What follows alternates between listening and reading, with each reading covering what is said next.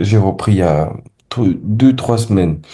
Maintenant, je découvre une grande difficulté réellement à, à avoir une stratégie. C'est-à-dire que je suis sur les marchés, je vois un peu, j'ai pas d'idée précise sur ce que je dois faire, etc. Pourtant, j'analyse bien les tendances, les points, les niveaux clés et tout ce qui va avec.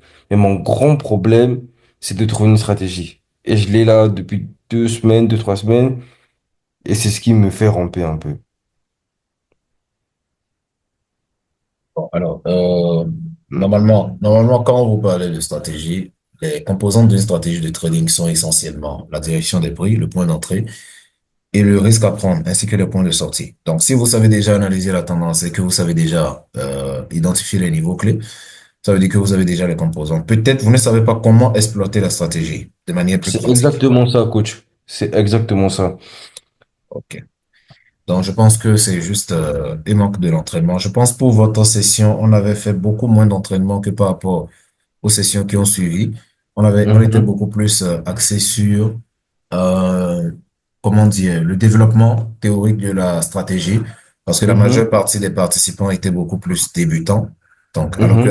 avec des sessions où il y a beaucoup plus d'expérimentés, on va plus s'orienter sur La pratique. la pratique, l'implémentation. Donc, c'est toujours Mhm. important de faire un suivi après sur le long terme pour essayer d'étaler la durée de formation pour permettre aux personnes de suivre quand même les étapes. Mhm.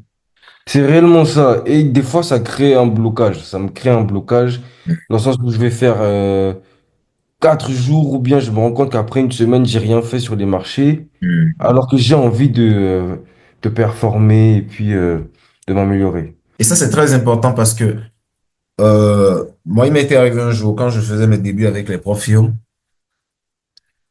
de calculer un low size avec dérive et de vouloir appliquer le même low size avec le coursier de la profil que j'utilisais dans le temps. Donc, ce qui se passe, c'est que je voulais risquer 100 dollars sur une position et j'essaie de calculer le lot avec mon compte dérive.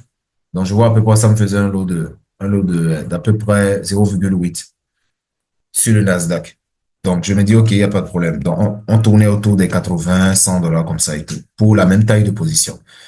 Donc, je me dis, OK, bon, je vais implémenter la même chose chez mon coursier, chez le coursier de la Profion.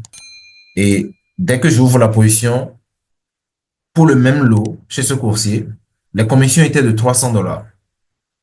C'est-à-dire, avant même que le trade ne démarre, j'étais à moins 300 dollars. Donc, le coursier prélève 300, moins 300 dollars sur la Wow. position. Et avec un seul tick, c'est-à-dire Wow. le prix bouge d'un seul point, j'étais à 2000 dollars. Donc, rapidement, je ferme la position, je dis, mais attendez, comment se fait-il que sur dérive, la position, la taille de position était à 80 dollars, 100 dollars, et chez ce coursier, pour le même lot, la même quantité, la commission est à 300 dollars, ça veut dire que c'est vraiment un lot très élevé, parce que d'habitude, quand vous prenez des positions, les commissions sont à 0,5 dollars maximum, maximum 1 dollar parfois, ou bien si vous utilisez de trop gros lots, peut-être ça va tourner autour de 10 dollars de commission par trade. Donc, c'est pourquoi d'ailleurs on ne remarque même pas les commissions. Quand vous ouvrez un trade, bon, vous voyez, ça fait moins 0, et quelques. Donc, techniquement, ça n'affecte pas trop les performances. Mais une commission à moins 300 dollars, rien que la commission, sans parler du stop loss et du reste. Donc, on a déjà quelque chose de très astronomique. Donc, c'est là que je constate qu'en fait, que les tailles de position chez ce coursier sont très différentes par rapport aux autres coursiers. Chez les autres coursiers, le lot minimum sur le Nasdaq est à 0,1, alors que chez lui, c'est à 0,01. Donc, quand je prends un lot de 0,8, c'est comme si j'avais pris un lot de 8. Donc, il faut vraiment prendre le temps d'abord de savoir, en fait, les conditions de courtage, donc par rapport au coursier avec lequel on travaille, ainsi que tout ce qui concerne les cotations des différents actifs. Donc, Sur le coach, le problème, c'est que manque de concentration. C'est ça qui me pêche pour l'instant. en quel sens? Et manque de concentration. Concentration. En quel sens? Disons, parfois, j'ai pas envie de trader, ouais, tout Hmm, ça, ça marche pas. hmm, Parce que c'était quelle semaine? J'ai fait plus de 4 tech profits consécutifs. Je sais pas si l'impression après. après les tech profits que j'ai fait, Hmm. en même temps, semaine prochaine, j'ai eu envie de ne pas trader, quoi. Et Après, c'est comme après le 4 take profit enchaîné. après les tech profits que j'ai fait. Hmm.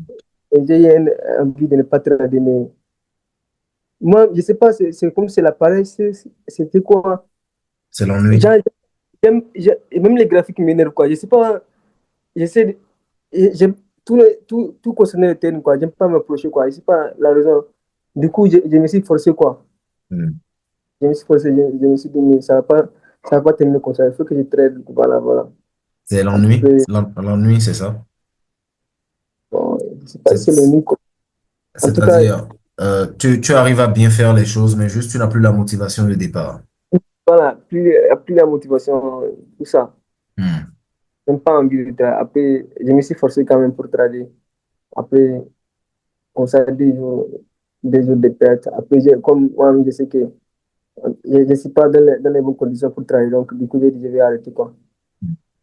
Donc, j'ai arrêté. Même la semaine passée, genre le lundi, là, Hmm. j'étais pas sur le graphique, quoi. Parce que, jusqu'à là, je ne me sens pas à l'aise, quoi. Je ne sais pas concentrer comme avant. Du Ok, coup, mais je regardais quand même les marchés, mais je ne trade pas. d'accord. Mais là, je pense que c'est bon. Cette semaine-là. Ok. Donc, en fait, je pense ton problème, ça montre juste que tu as progressé. Parce que quand vous démarrez dans le trading, il y a l'adrénaline du débutant donc, qui veut devenir riche rapidement. Il va faire quelques gains hasardeux et puis après se planter. Il se plante. Ça va lui faire mal. Il va chercher à s'améliorer. Du coup, il va prendre une formation, essayer d'apprendre un peu plus. Mais au fur et à mesure que vous allez progresser dans le trading, au fur et à mesure vous allez vous rendre compte que c'est une activité qui est extrêmement ennuyeuse.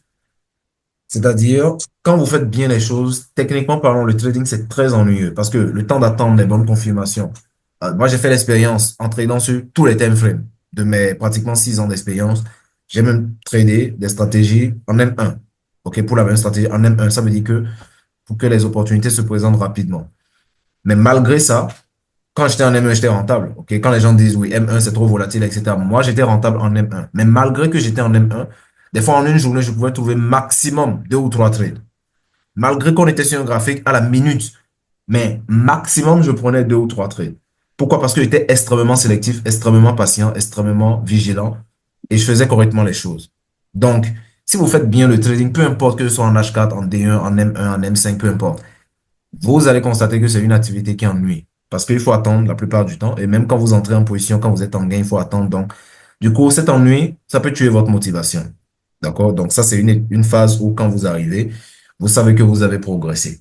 Mais ça serait, comme tu l'as dit, hein, ça serait inutile. Parce que pour en arriver là, tu as dû traverser beaucoup de choses. OK? Tu étais même jusqu'ici et puis on a dû travailler ensemble plusieurs fois. Donc, tu as fait énormément de sacrifices pour arriver à ce niveau où tu fais maintenant bien les choses, juste que tu t'ennuies un peu. Donc, si tu t'ennuies, c'est parce que tu fais bien les choses. Donc, pour remédier à ça, il faut juste te fixer des objectifs. C'est là, en fait, que tu dois prendre ton trading beaucoup plus au Oui, sérieux. Voilà, il faut se fixer des objectifs. Il faut se fixer des objectifs qui te poussent, d'accord, qui te poussent à te lever tôt le matin. C'est comme quand on allait au bac, d'accord, quand on préparait le bac, on était très à fond. Mais après le bac, en fait, on se pose la question, et après? Donc, si après le bac, il n'y a rien, on perd carrément le goût du travail. Mais pour qu'on puisse maintenir le goût du travail et la motivation, on dit il y a l'entrée à l'université, il y a la licence, il y a le master, il y a le doctorat. Donc, le fait à chaque fois de poster, de poursuivre un objectif beaucoup plus grand, ça aide à garder la motivation et rester dans la course. Donc, quand tu arrives à ce niveau, tu dois te demander, en fait, c'est quoi ta prochaine étape. D'accord? Donc, essaie de te fixer des objectifs, comme on l'a vu actuellement, quand tu étais ici. Tu te fixes des objectifs et tu établis un plan d'action, puis tu commences à y travailler. Ne laissez plus les marchés et les vendeurs de rêves vous faire perdre de l'argent inutilement. Pour réussir en trading, vous avez besoin de 4 éléments. Une bonne stratégie, une bonne gestion de risque, une bonne organisation et une bonne discipline mentale. Rejoignez notre académie dès aujourd'hui en allant sur le site www.boomcrashempire.com pour avoir tous les éléments dont vous aurez besoin pour booster votre business.